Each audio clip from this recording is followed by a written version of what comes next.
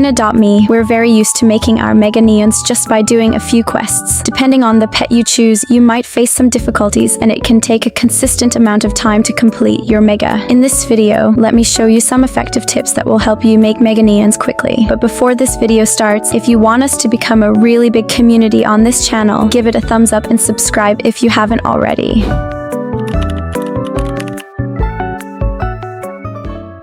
Maybe this isn't really a tip, but I'd first like to go over the basics of making a mega neon since some newer players might not know yet. Ideally, a mega neon is a fusion of 16 identical pets. For example, the toucan I'm working on right now will be a mega neon very soon. Don't forget, the pets must be full grown, otherwise you won't be able to fuse them into a neon or a mega neon. If we go back to the first strategy, it's very simple. Whenever you see a task above its head, do it. You can also keep food in your inventory, and if it's medical, you can bring golden apples as well. As you can see, this room isn't fully built yet, but it leads to a tip I want to share with you. To level up faster, or mainly for farming, you can place everything your pet needs next to each other like this, so you don't have to keep moving around.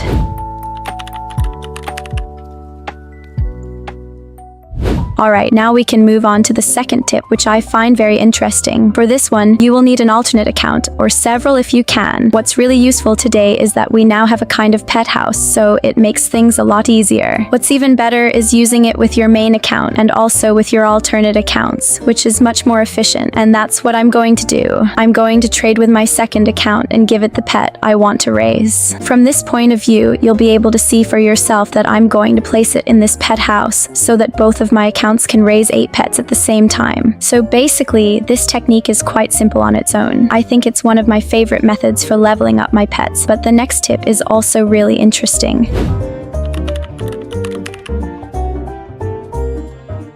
The next tip I'd like to show you is also very useful, but it requires at least 2 accounts because it's kind of linked to tip number 2. Basically, it's very simple, and I think you'll often see a lot of players doing this in the game, which is normal. With your alternate account, so the one you gave your pets to, so they can grow and stay in the pet house, you can also make them grow while they are with you. So something like this. Not only does this help them level up at the same time, but it also gives you a lot more money than usual, which makes it great for farming as well. Of course, this technique can be free when you use 2 accounts, but with only 1 account it is still possible. However, it isn't free. You would just be able to equip 2 pets at the same time, which is also useful.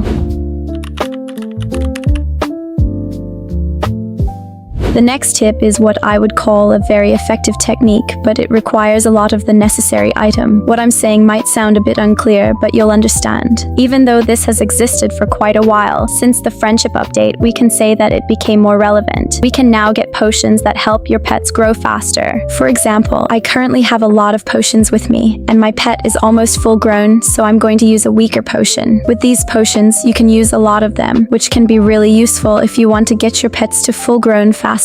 I can say this technique is very effective, but you need to have enough potions to do it. I think you also know how to get them by increasing your friendship with a full-grown pet, nothing too complicated.